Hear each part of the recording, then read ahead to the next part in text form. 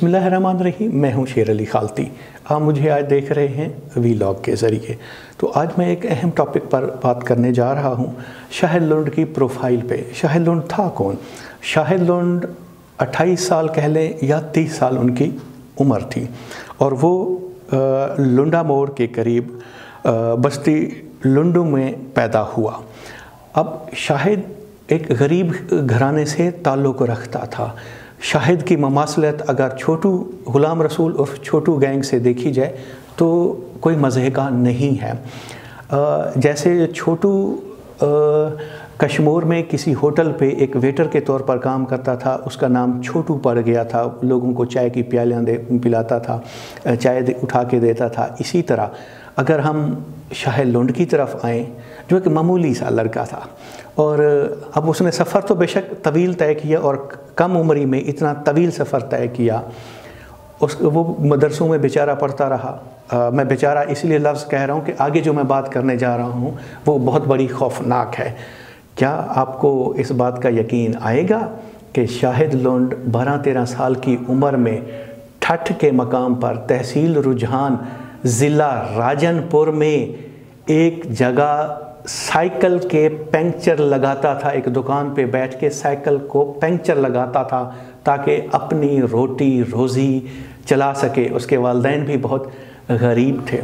फिर क्या हुआ कि ये 2010 और 11 ग़ालिबन 12 की बात है कि वहाँ पर चोरी चकारी तो आम है उन इलाकों में। शायद के लुंड के कहीं हो सकता है रिश्तेदारों ने कोई चोरी शोरी की, तो पुलिस ने FIR में शाहिद लुंड को भी नामज़द कर दिया था। वहाँ से शाहिद लुंड का आगाज़ हुआ क्राइम की दुनिया में जाने के लिए। अब शाहिद लुंड ने कहा, जनाब मेरे साथ तो बड़ी ज़्यादती हो रही है, मैं इतना छोटा भी हूँ और हमारा कसूर भी नहीं है। एक और कबीला है उमरानी, इनके साथ इनके इख्तलाफात भी शुरू हो गए क्योंकि शाहिद लुंड समझता था कि शाहिद लुंड की जो बरादरी के लोग कुछ मारे गए हैं वो उमरानियों की वजह से मारे हैं। उन्होंने जानू उमरानी और खानू उमरानी को कत्ल कर दिया। फिर शाहिद लुंड को सिंध भी जाना पड़ा। वहाँ से चूँकि ये एक कम्युनिकेशन इसकी बहुत अच्छी थी, कम्युनिकेशन स्किल्स बाकी डाकों की निस्बत अगर देखा जाए, वहाँ इलाके में देखा जाए तो शाहिद की जो स्किल है, कम्युनिकेशन स्किल, वो अच्छी थी। वो वहाँ पर समझा जाता है कि यारों का यार है, तो उसके साथ लोग जुड़े, वो पावरफुल हुआ, वो इलाके में आ गया और शाहिद लुंड का डंका बजने लग गया। शाहिद लुंड को शोहरत तब मिली जब खुदा बख्श लुंड जो कि उनके भाई थे, उनका इंतकाल हुआ। उनका पुलिस मुकाबले में कह लें डेथ हो गई, तो शाहिद लुंड आ गया लुंडों की क़यादत करने के लिए। शाहिद की लुंड की जो ज़िंदगी है बहुत से तज़ादात से भरी पड़ी है। मसलन कभी वो IG साहब को धमकियाँ देते थे, कभी वज़ीर आज़म साहब को धमकियाँ देते थे, कभी कभार वो कहते थे जनाब मैं CPEC पे हमले करूँगा। और रिसेंटली जो जहाँ से पुलिस एक्टिव हुई, जब शाहिद लुंड ने धमकी दी कि अगर जो अरबी यहाँ शिकार पे आते हैं तो मुझे 50 लाख नहीं देते। किसी एक बंदे को कॉल कर रहे थे और कह रहे थे सरदारों तक ये पैगाम पहुंचा दो कि अगर उन्होंने मुझे 50 लाख नहीं दिए तो मैं एक रॉकेट लॉन्चर मार दूंगा।